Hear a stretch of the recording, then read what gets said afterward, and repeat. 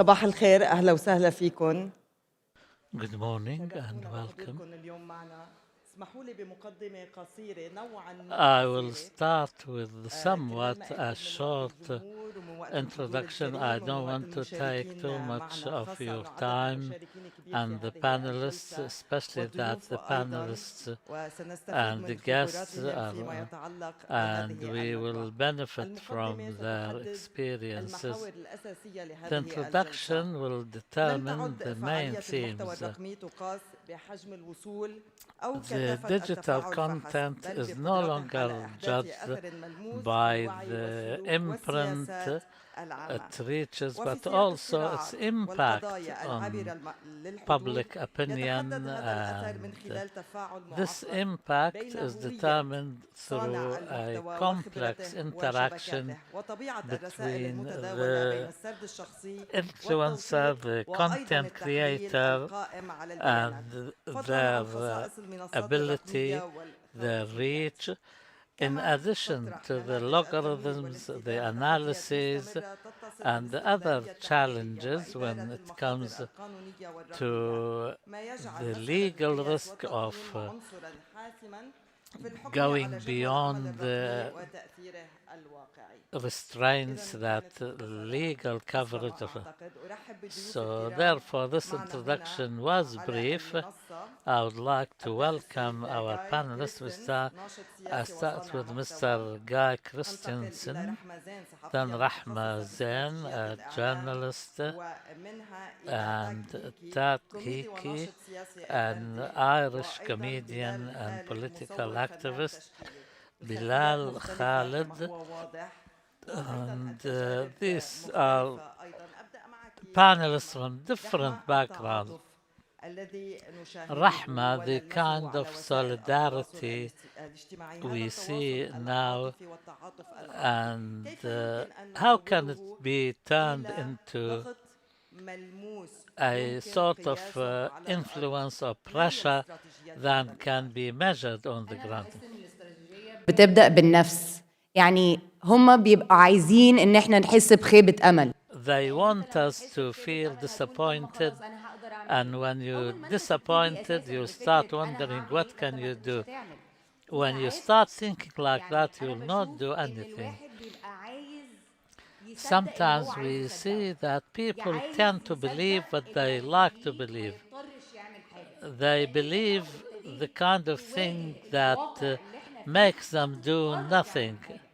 But when you live the realities that we speak with Egyptian colloquial accent, I do not like titles like influencer, political activist. This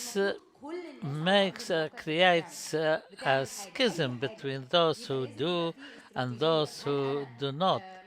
There has to be a strategy. When I use social media, I'm just sort of letting off steam, or am I inviting people to be active through the organization? Guy will talk about this. The upschools, for example, when I ask people to upload the alternative platform, they should do that immediately, and we start thinking, what else can we do? When you see someone doing something, support them. This is the motive behind your message. It's legitimate, but how can it be turned into tangible work, like donating money, demonstrating, etc.?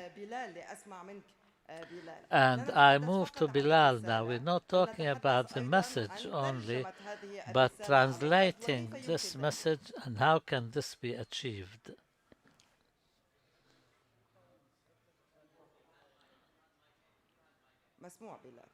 في الحقيقة ترجمة هذه الرسالة على أرض الواقع تكمن في عدة أشكال منها can be looked at from different angles. First, let us remember that one of the real sources of influence are those Palestinian journalists who made the ultimate sacrifice when they paid with their blood, their families, their children. As a cameraman who covered the genocide in Gaza, I think the impact through the image was very important. This is why people went out on demonstrations in Sydney, in Europe, in America, and some Arab countries. The impact of the image was on the individual and public opinion, how it helped to save the lives of some injured people. At a personal level, we got in touch with international organizations to save the lives of some people whose lives was in danger. There is a problem here that influencing social media will be big. We can see that through the hits, the likes, etc. in this digital world. But the impact of all of this on the ground was somewhat limited. Yes, it was limited for political and other reasons. Unfortunately, we sense that, unfortunately, freedom of expression in Western countries is much bigger than the Arab countries, and also there were restrictions. Unfortunately, there are some channels which are Arabic, but they're more biased towards the Zionist narrative than the Palestinian one. There are many reasons why this influence and impact was limited. Bilal uses the image, Tag uses black comedy. Tag, this kind of black comedy, how does it help to form a kind of influence and opinion and make it tangible, noticeable on the ground? I'm sorry, just a note. لمن يريد الترجمة. For those who need simultaneous interpretation, there are translation devices available. Thank you, and a word of warning to the translator. I'm Irish, so I speak very quickly as well, so just apologies in advance. I just wanted to say before I get into that, if it's okay, just to comment on, whilst it's been such an honour being here for the last few days, I've got a good friend from Gaza in Ireland, and when I was coming here, he said, "Oh, you're going to another conference," and he meant it ironically, as if, you know, we're still being slaughtered. The genocide is ongoing, and I know there are many Palestinians in the room, and I just wanted to try and put that focus in there, that sometimes it feels like at conferences we're reflecting on a genocide that happened many years ago, but it's ongoing. So speaking for myself, I want to move away from slapping myself on the back and saying that I've done well. People have done well, but the institutions are letting Palestinians down, continue to let Palestinians down, and we should never move away from that fact, I think.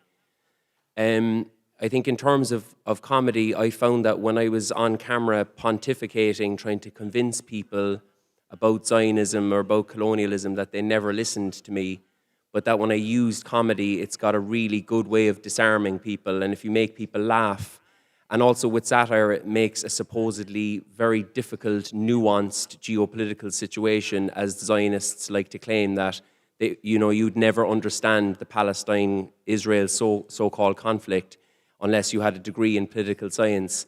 And satire likes to make it really simple, that it's just maybe two lads living in a house in Cork.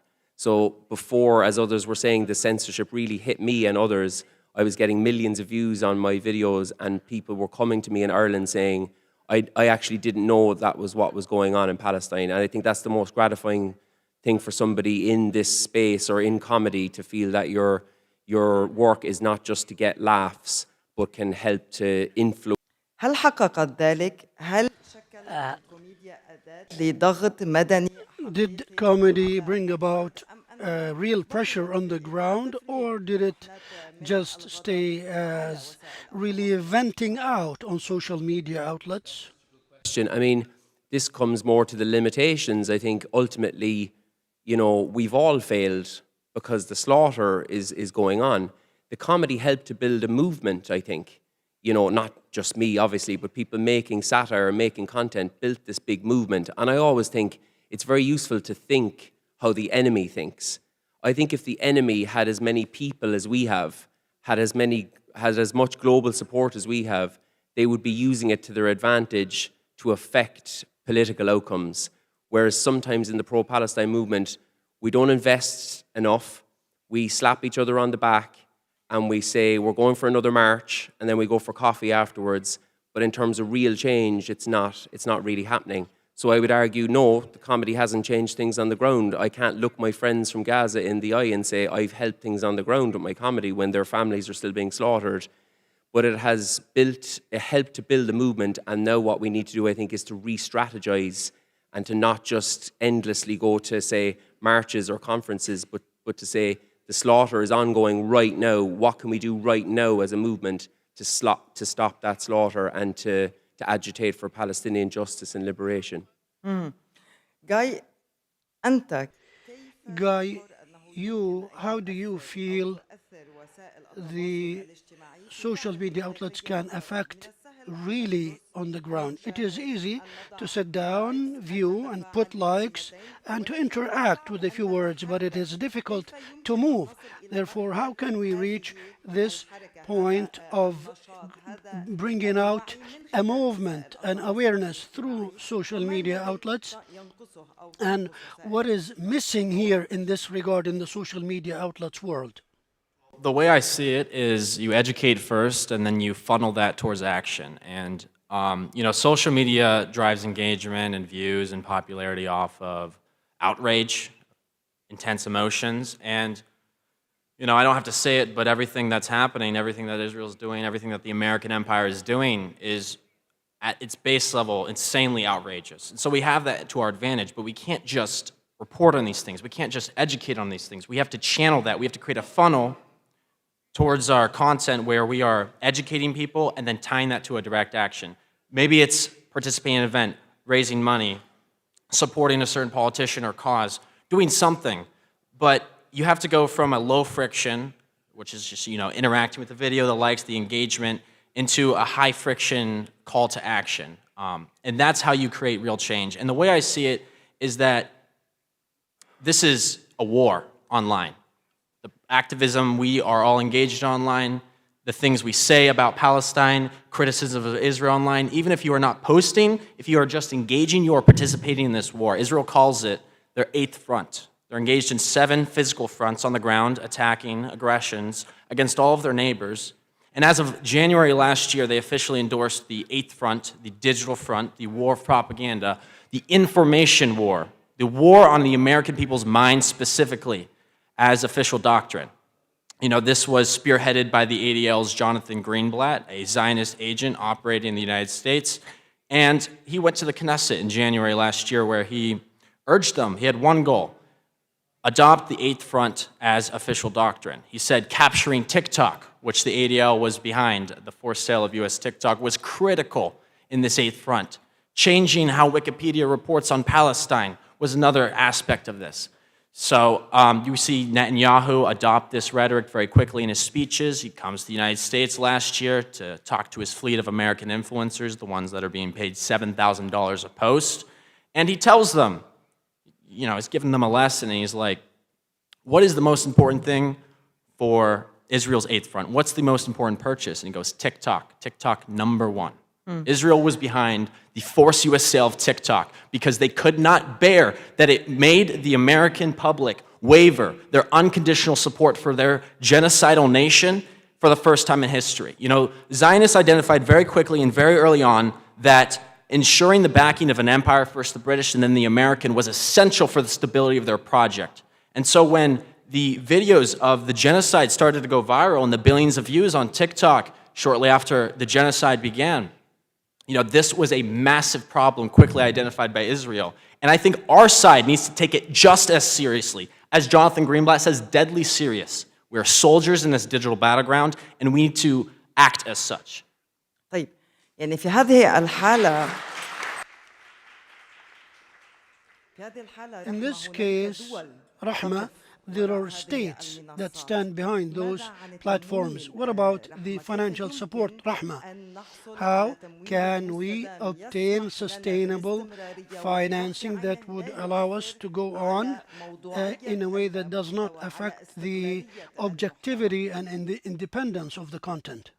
This is the issue, right? When you start to depend on funding, you have people who have a say in what you do and what you say. For example, this is why I don't actually monetize my social media. When I got fired, I made sure to have a job where I would be independent.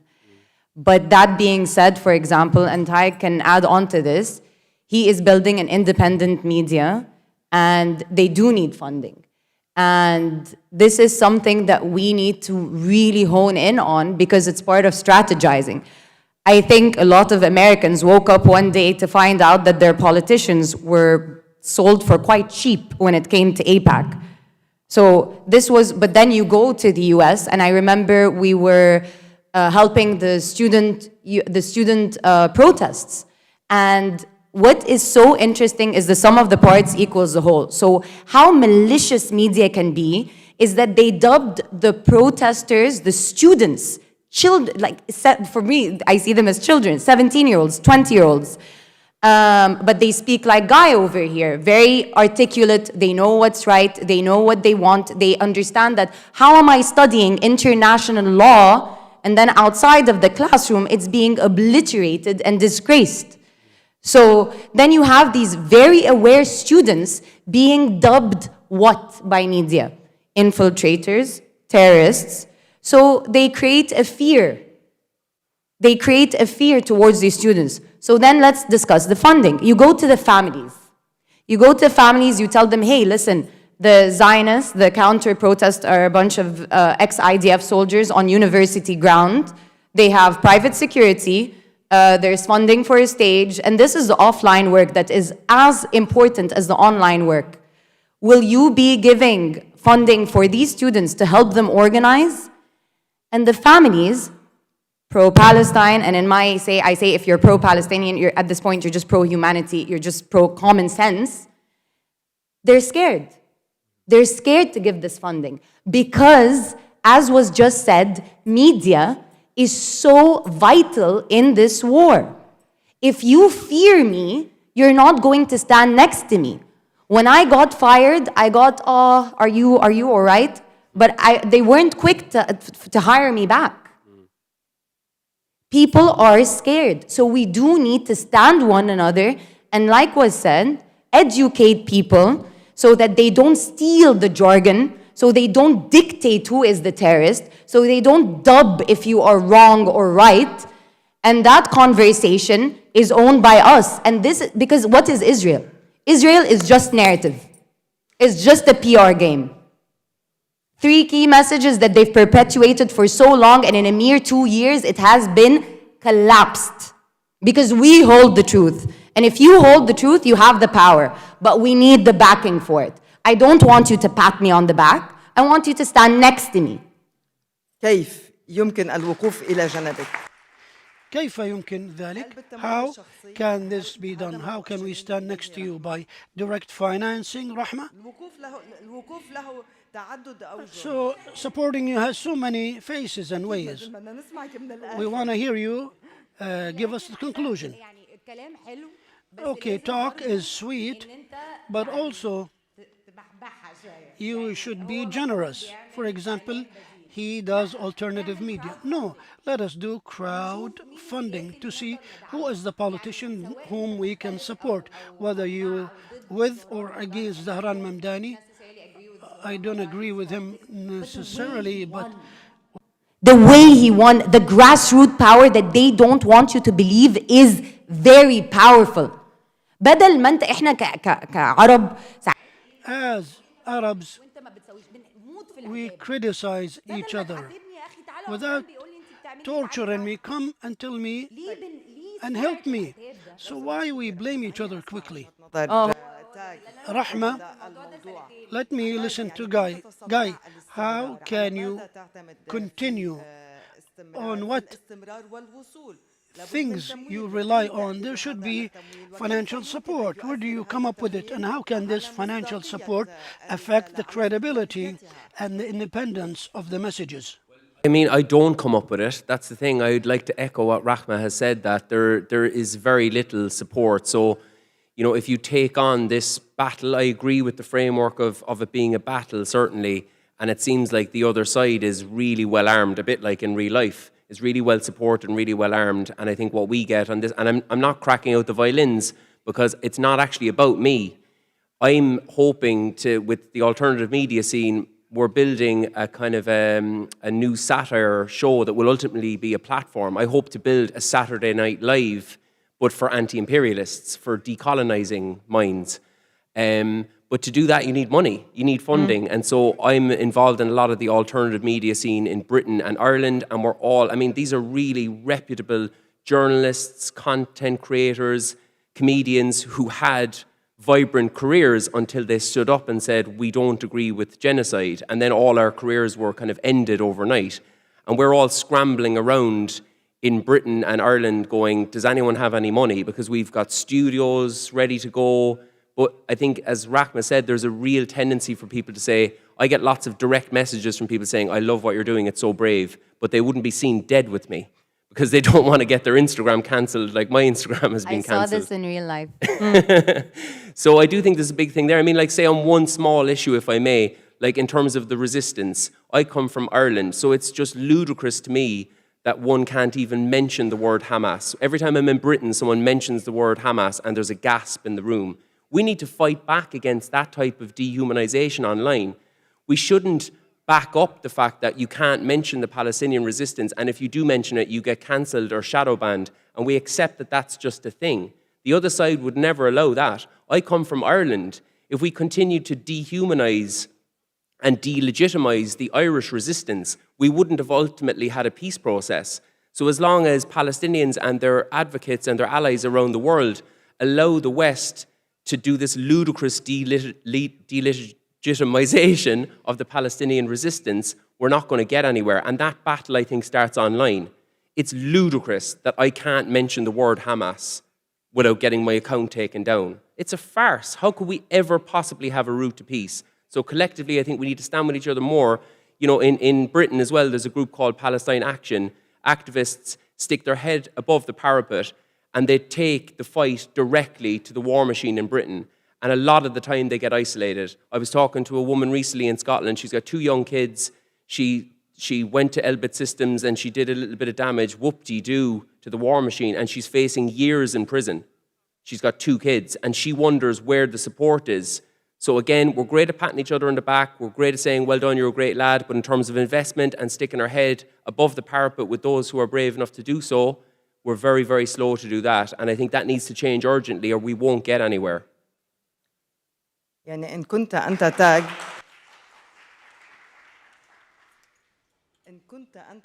Tag, if you call for unity and you say that the financing is weak for what you do, then what does Bilal say? Bilal, your situation is more difficult, isn't it? There is nothing to be said after what the whole world has witnessed. 2 years of crying and appeals and saying that we have to strategize the situation where, as Rahma said, there should be financing to the narrative that we have to back us.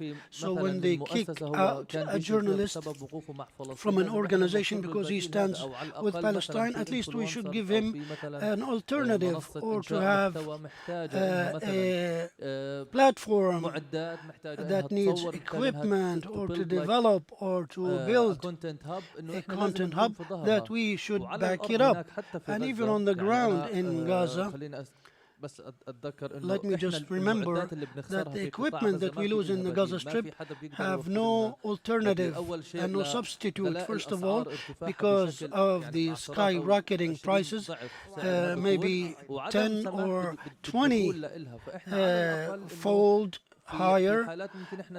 So in some cases we can provide an alternative from outside where someone can continue what the journalist has started in Gaza, and until now, unfortunately, vis-a-vis the issue of the loss of information or erasing them altogether, the number of the massacres that are horrific taking place daily,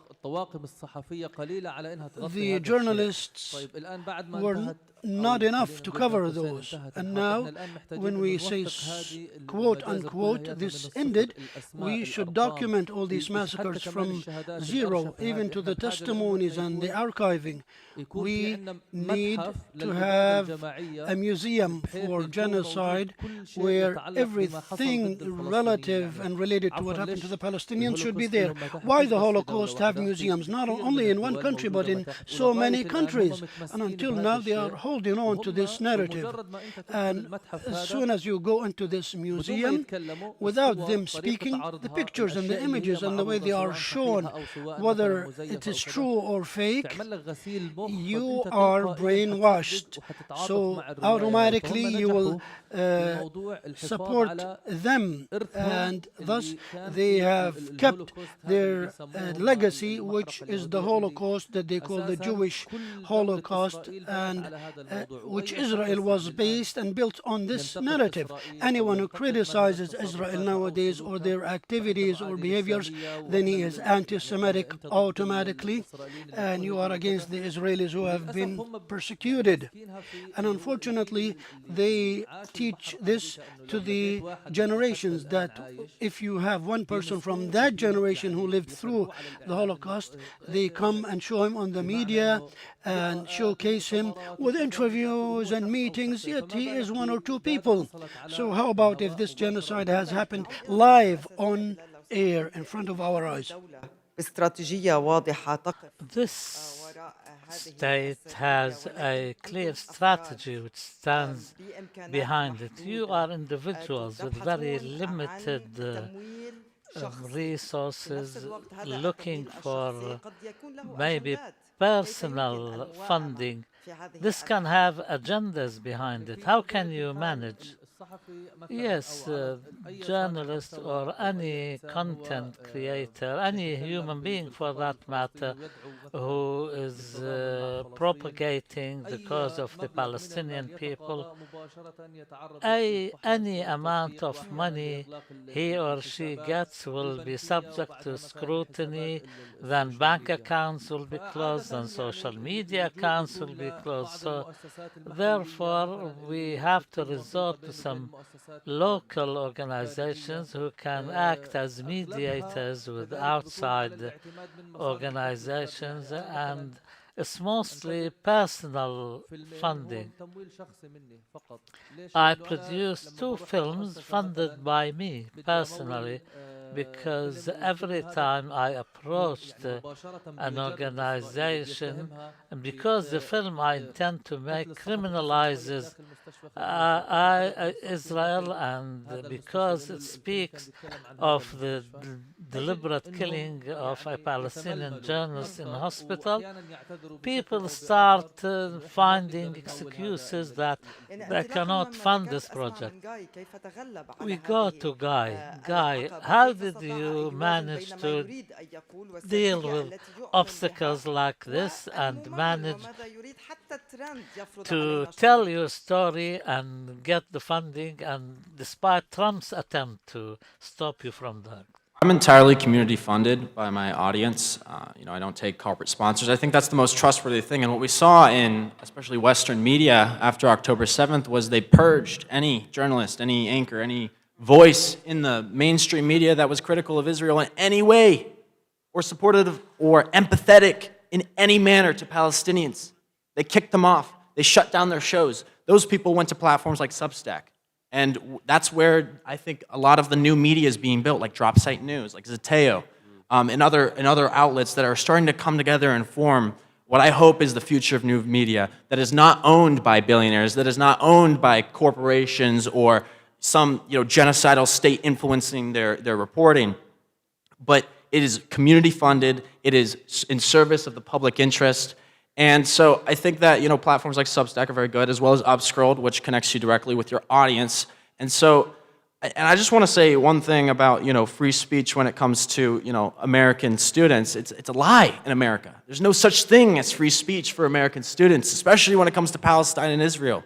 I was expelled last year for TikTok videos where I criticized the Israeli occupation and a congressman, Richie Torres, who took millions of dollars in Zionist money, AIPAC money. So he would fund Zionists, arm them with billions of dollars while neglecting his own district.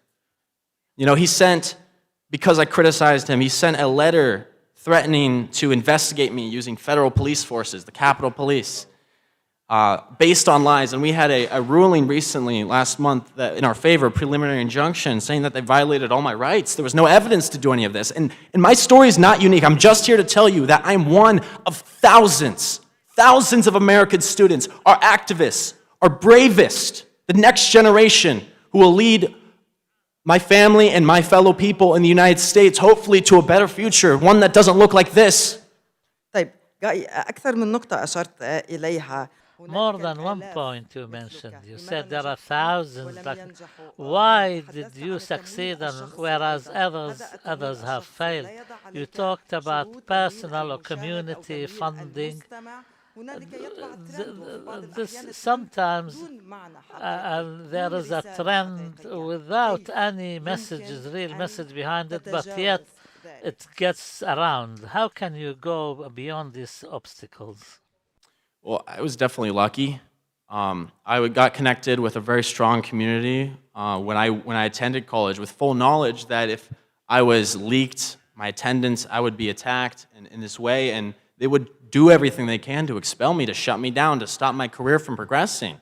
And so I was lucky. I had, professors who were friendly at my university. I had friends, Palestinian friends, and I was connected with the SJP there, as well as everyone back home who set me up from the very beginning of my academic career in higher education to prepare for that moment.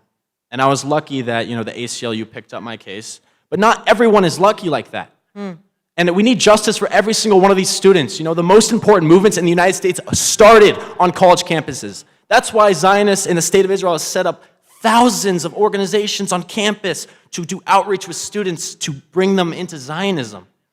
They've identified it as a critical thing. There's actually something called Project Esther by the Heritage Foundation, the think tank that was behind Project 2025.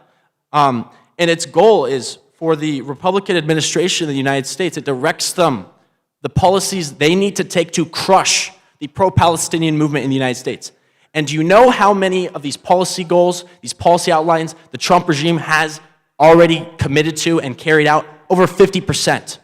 They are actively and telling us out in the open that they are destroying the pro-Palestinian movement. They are destroying our free speech. They are destroying our right to boycott and protest and mobilize against this genocide and against the empire that we live in over there.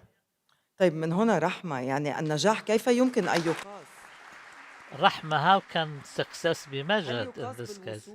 Can it be judged by the access people have, the impact on public opinion? Is something, for example, Guy was saying about educating first and foremost. You can't assume people know what you know. Because we are in the region, we are privileged to be aware of how I grew up, knowing my grandfather was an editor-in-chief. He knows the Zionist mindset. So I grew up understanding what Zionism is. You go to some of the students in the US, you go to some of the Western world is now waking up to Epstein files. We know these files long time ago, because Israel is espionage. This is what we know. They don't, so, and again, like what Bilal is saying, it does start with putting money in narrative, having a proper media strategy. A movie as effective as the Voice of Hind Rajab, where a young girl was shot 355 times. How is this movie not shown in every single school? How is this movie not shown in every single school? Why is there no museum? Why do we assume people know what we know? We have to consciously own the narrative and understand how dangerous it is for revisionist history, for them to dictate public opinion, for them to be, because they dehumanize you in order to get away with brutalizing you. When you are, because the thing is, if I tell you 300 people died, ماشي? 300 people died. Do you sympathize with that sentence, or do you sympathize with Mona, a young woman, went to a university? I created a story that's already there. The way their media has been working is stripping people from their stories and creating them in numbers so that the sympathy and the relatability isn't there. I am looked at as the other. So when I am killed, you don't sympathize with me. And human emotion is something that is very important. Very important. And we also need to start creating our own tables. We're talking, I'm talking a lot now, but this is very important because the general influencer, the makeup influencer, the artsy influencer is sometimes the one that can be more effective than people who are, telling you, you need to wake up because for the good of all humanity. So you do need the makeup influencers, the Arab and the non-Arab. But unfortunately, they are dictated by companies like Coca-Cola, like I don't know. So you need to give them an alternative funding. I remember I went to one influencer, I'll never forget, Arab. I told him, how are you not speaking up? Because when this all happened, you look to the people that you like. What is their stance? And he told me, what keeps my light on at home? مين اللي بيفتح لي النور في البيت؟ بحاجة للتمويل وهذا ما أشرنا تمويل إليه. المنبع. فإحنا لازم نروح على المنبع. Go to the sources and the narrative. Why did I pay $170 million for Hezbollah and we're just watching? Okay, about Tag, I come to you. How do you know that your message has got through? What standards or measures do you use?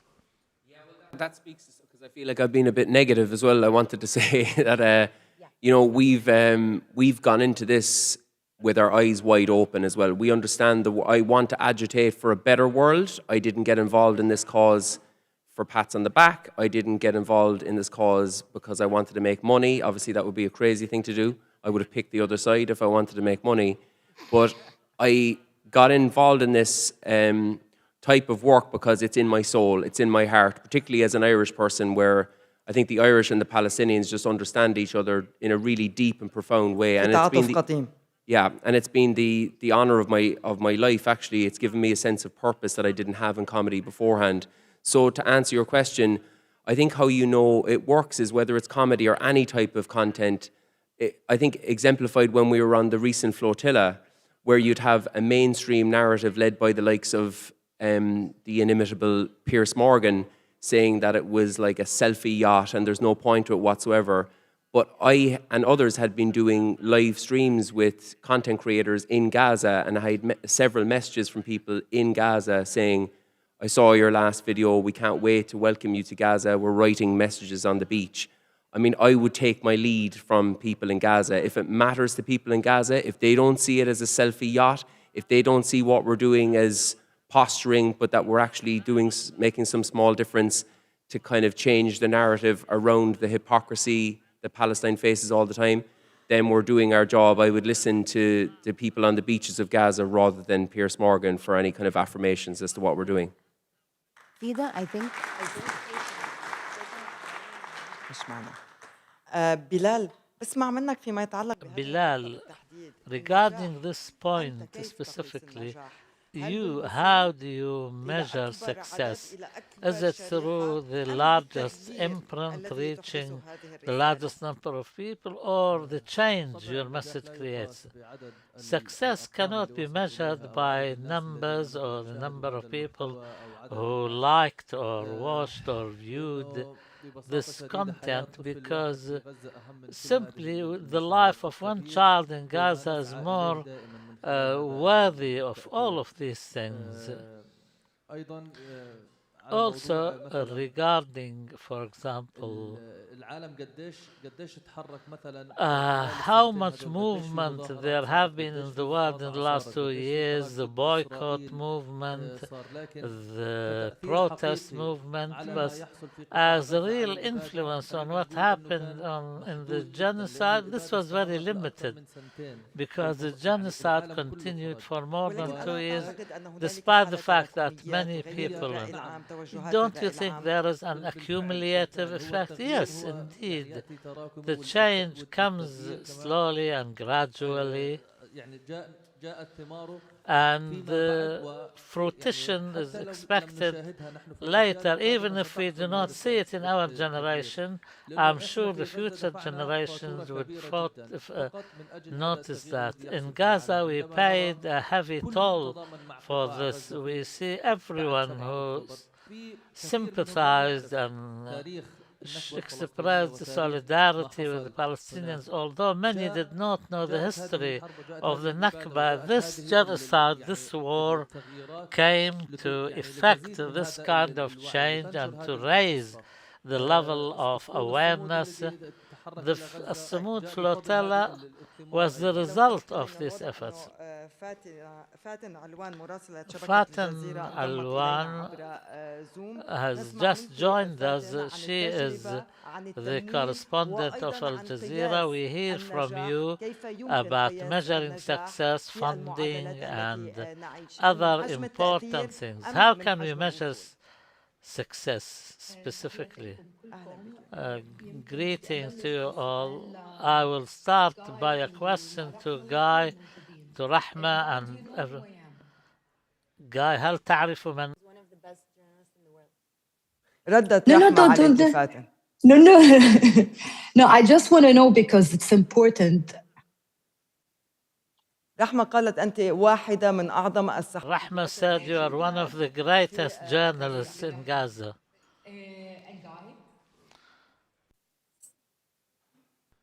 Guy, do you know me?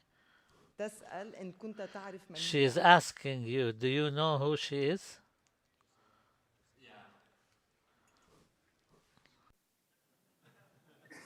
هل So, تعرف من هي؟ So do you know who أعتقد she is? بأنك تشيرين فاتن إلى I أن think الوصول Fatin, you والمعرفة are ربما trying قد to لا say تتحقق حتى that لمن يعملون على الأرض ويضحون it's not بأرواحهم always ويرسلون possible الرسائل for لنقل those, أوجاع even those who maybe risk their lives السكان أو أهل to قطاع tell غزة the أو حتى في story of مناطق people أخرى like people من in العالم. Gaza or other places is not a guarantee that their voices are heard. Despite the fact that the Palestinian narrative has managed to break many taboos, but unfortunately there was a crime being committed, and that is the marginalization of the voices of those who are on the ground. Many voices in Gaza, and there is continuous reliance on their content, but without attaching necessarily the importance to their presence on the ground, and this has raised many questions. There is a journalist and there is an influencer. I chose to be in the middle between these two because every international organization you work for, there is a margin. Fatin, is it enough to stand in the middle? Yes, definitely, because I'm required as a journalist on the ground to cover what the channel or the editorial board and the hierarchy of the organization chooses. They decide what to cover, and they think they should cover all other calamities, not just the Palestinian one. We have the Sudan, the Yemen, the Libya, Morocco, and we have more than one story. Marginalizing one of them is a crime in itself. So consequently, the editor-in-chief, God help them, how they can divide the time and the weight attached to each story. In Gaza, there was a massacre taking place. Most news organizations worry about breaking news, and many other stories were lost between this breaking news. So the alternative was for us to tell the other stories, the simple little stories. The little boy in Jenin who went on his bicycle at a time when the whole world was focusing its attention on the D9 and bulldozers, and at the time when the old man Abu Ahmed, because he is an invalid sitting at home, and the Israeli forces forced him to evacuate, but the Abu Ahmed's son was not able to get to him before the street was dug up, and he was left alone. He was motionless. Here we are talking about the traditional agendas, and those agendas could be closer to the citizen, which is the social media outlets. And at the same time, social media needs support and finances, which could dictate conditions. So here, aren't we going back to square one in terms of the traditional media who have their own agenda and social media have their own agenda, which could be dictated by the financier? So how can we come out of this dilemma? We can choose to be a voice without financing. Can you reach that point? Yes, definitely. If you are in contact with the street and your goal is not to carry out a business through covering a cause. For example, social media outlets, all what is seen on my sites are channeled to social issues. For example, I say, here is the link, and you can reach out to people to provide them with medicine, with money, with any kind of help. Or you can do that through me. At the end of the day, you want to survive and you need an income. But when you face a humanitarian issue that is so huge, then it would become a shame in all languages to turn a genocide into business. She's speaking English now. Time that people are losing their lives, that you want to make a business deal. Yes, I need to survive at the end of the day. Yes, I need to be. I even went further by, like, guys, I even deleted the subscribe from my Instagram because some people were attacking some journalists or some influencers or others because of this. So at the sensitive time, no, I don't need your money. I need the voice of the people to reach and to be honest and loyal. What bothered me the most is that even in this racism, فاتن يعني استفيد من وجودك معنا انضممت Fatin, you joined us late, so you mentioned to reach a group of people, but here also you need financing, because to reach a large number of people, that also needs money so that you can post a video or a message. So you need to spread this message. How can you overcome this? Not only in terms of eating and bringing a life or provision for you to stay alive, but rather the standards and the rest of the story. If this if the support is from people to people, then it's good. But if your message is having a goal, then you should get support from the people because you are trustworthy and because you're on the ground. And you know what you say, the financing could be through ethics. If you want to pay money to support this person or that person, if we open the gateway for financing and the questions thereof, then there are accusations directed to the person. There is something called natural bridge. I don't know, why do I need financing to spread a message? So the financing could be your own voice on the ground. I understand that the financial support is the main engine, but I don't understand that at a time where all social media outlets provide you with the possibility to go on forward. So why do you need the financing support? She is asking her, what social media outlets, is this all they do? And what about the shadow banning and the monitoring? The best thing that this experience has given in the past 2 years, through which I got to know Rahma and Guy and Tag and other people, something called collaboration. Collaboration and the remix. A remix has an original person of the video. When you have a remix, then you are sending the image. You have 3 million followers. So when you do a remix with the journalist, no one knows him or her on the ground, but you do a search. Even social media has their own ethics and ethos.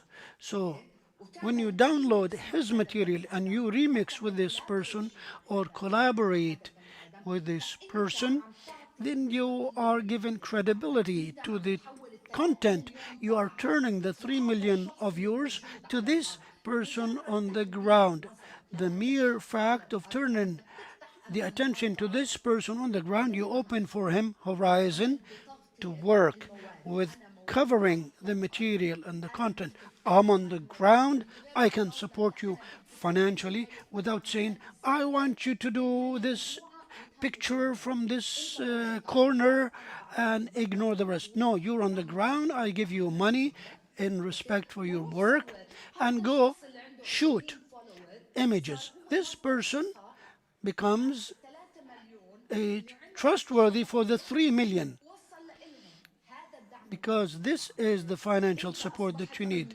You become a theme for individuals who could provide you the truth. At the end of the day, when you accept, for example, today I am participating with you in Al Jazeera forum today, okay? I woke up 7 a.m. with the difference of timing between you and me, let alone why I am in France and I am a Palestinian journalist, was in Palestine, but today I'm here. Why I am here? When the effort that you do on the street shows that the last scene is a bulldozer chasing you and other journalists. So I decided that I am the hero. But on the day when I was pursued, I had 40 journalists with me also running away and chased by this bulldozer. But I go back home and I find my car damaged, threats after 9 months. I found out that I don't want to leave the country because they have a settler preoccupied for 3 or 4 months to call you every night from 1 a.m. till 9 a.m., threatening you, we're going to blow you up. We're going to blow you up.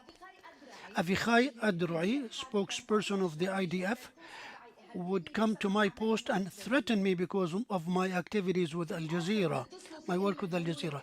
And then they call your mom and say you have to shut your daughter up or we will arrest your sons, and they will name the sons.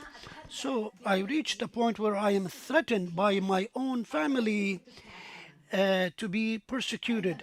You either get out or your family will pay the price. So it is either a bullet or a prison or arrest, or we will arrest your family, your brothers. So we want you to leave. Why? You, out of all journalists, don't have an answer. So you try to protect your family and keep your voice. So you go out of the country in order that your voice resumes. For access, I am spreading my message. My voice here is heard. All those in the hallway, if you have 3 million or otherwise, you can hear me. So the financial support, we don't want to be slaves for it. You need true support, steadfastness. But if you decided to be a journalist, then go to the influencer. The influencer is the one who brings the change. We want to know about the nucleus of ethos in this issue. Also, what bothers me a lot is that we, the Palestinians, are the ones who are owners of the voice. And those who are participating in conferences worldwide have not set foot in Palestine at all. They've never visited Palestine. Even the journalists in Palestine, we have seen them killed. We have seen their limbs cut off and severed. So those were not on the map of awareness worldwide to spread awareness about the Palestinian cause. So I'm using my presence here to tell Diego, Tag, and everybody else, and Rahma.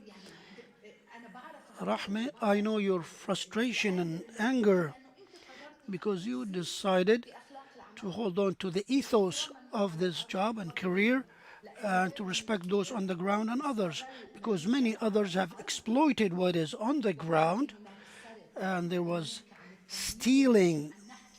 Before we speak about the financing, we have to speak about respecting those on the ground, those who sacrificed with their blood, soul, life, limbs, in order to be the voice of Palestine on the ground. I apologize if I digressed, but I decided to be here to talk about this subject. We are proud that you are with us, and we want this message to go to everybody. Bilal and all those who are with us support the Palestinian cause. You pointed to the issue of cooperation and collaboration between those who present this message or want to spread it. The support size that you have received, is this a new strategy that could be adopted, which is collaboration amongst all of you in order to send the message and to keep the content according to a certain narrative that you see as true and factual without being affected by the financing? It was breaking the wall of silence in a way that is so great. When I was banned, I found other voices from outside calling on you to collaborate on your video. And this was the method of the back road in order to break the digital siege and monopoly on the narrative. Some were so great in finding solutions. The trend, for example, was one of the ways to circumvent things. Here, I want to tell you, I want to speak about this cup of coffee, how beautiful it is. I bought it, but here, I don't talk about it. So for the first 3 seconds, I have fooled the algorithm. There was an agreement, and Rahman knows that. There was an agreement on back rooms to manage the operations in the coverage. And that means you have a job, you have coverage, and you have an operation room that is behind the scene, which says, guys, we want to put this content. Okay. Many times I would abandon my material and send it to Zain or Ahmed or Nicole or Jinan or others. Please, guys, I don't want to download it because I have a shadow ban. It is powerful, it is exclusive. It doesn't matter. Take the material and spread it around and cooperate with me. But we want to break the barrier of silence. So I distributed to the back road.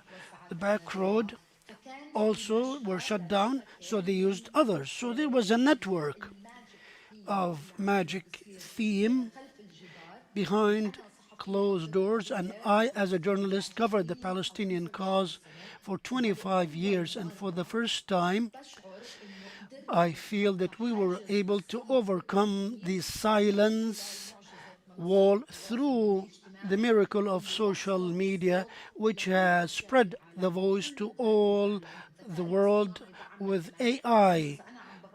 Because if I cover in English to TRT and through social media to narrate unnarrated stories which are domestic or local, and so this speaks about the graduation, the gradual talk to the others.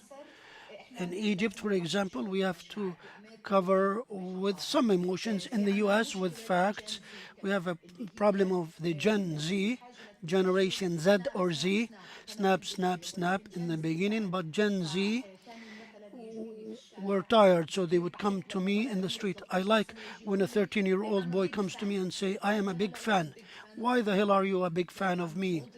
I'm old enough to be your mom, sweetheart. How do you even know me? So he says, because you're the only one who talks to me in a way that I understand. تعرف ليه وطريقته, the way he understands is, for example, the news yesterday on the most dangerous decisions taking place, they say, we don't understand. So you tell him there is no West Bank, Oslo died. Well, I hope we have given you enough time because you caught up with us late, but we have to open it now for Q&A from the audience. Please go ahead.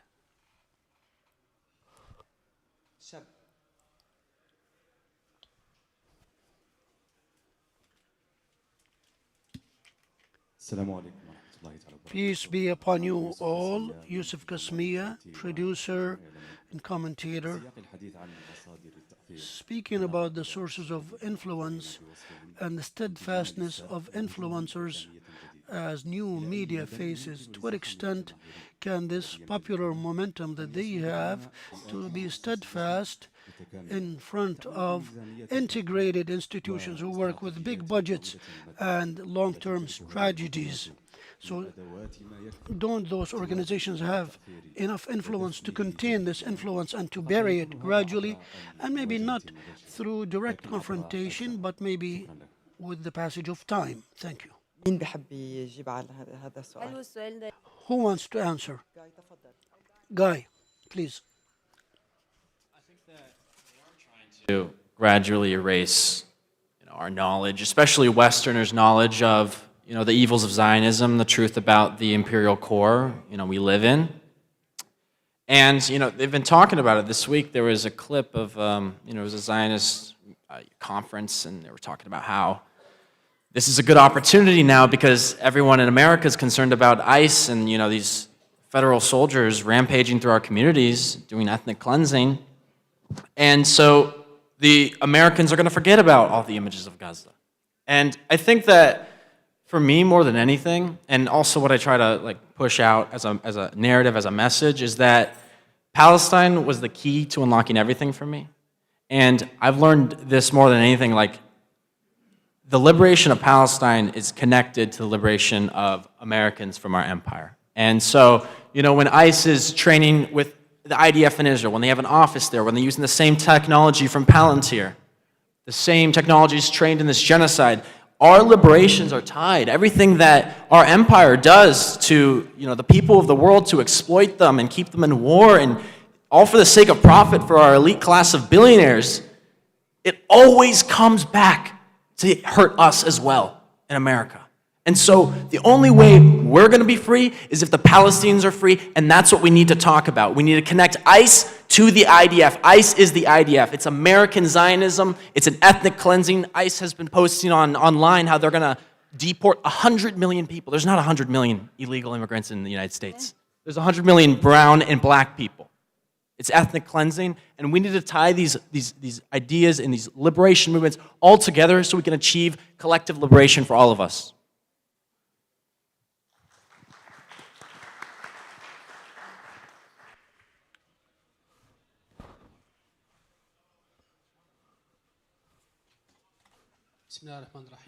In the name of Allah, Ben Jadaiyu, researcher in media and press, Jamiat, the University of Ben Tufail from Morocco.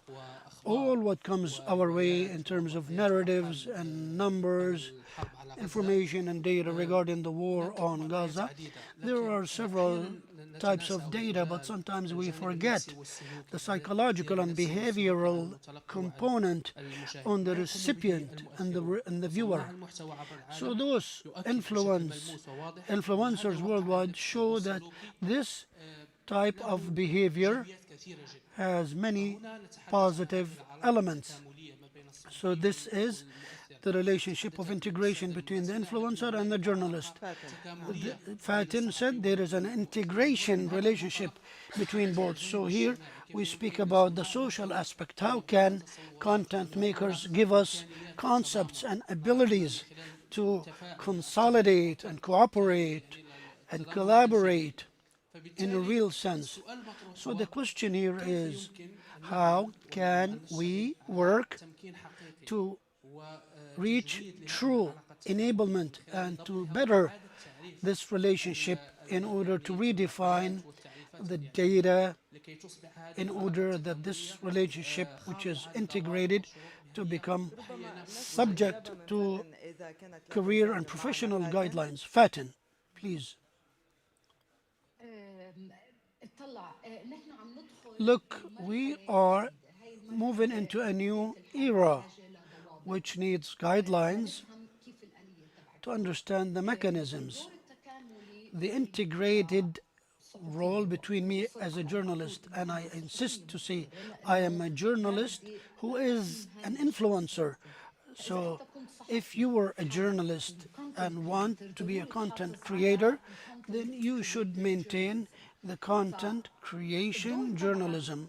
Your role, therefore, is not to give me your opinion. I don't want your opinion. I want information. I want data. If you want to give your opinion, go ahead and do it elsewhere. So this is what separates between the journalist and the influencer. We should maintain the ethos completely. And many a times we have entered into something called self-censorship,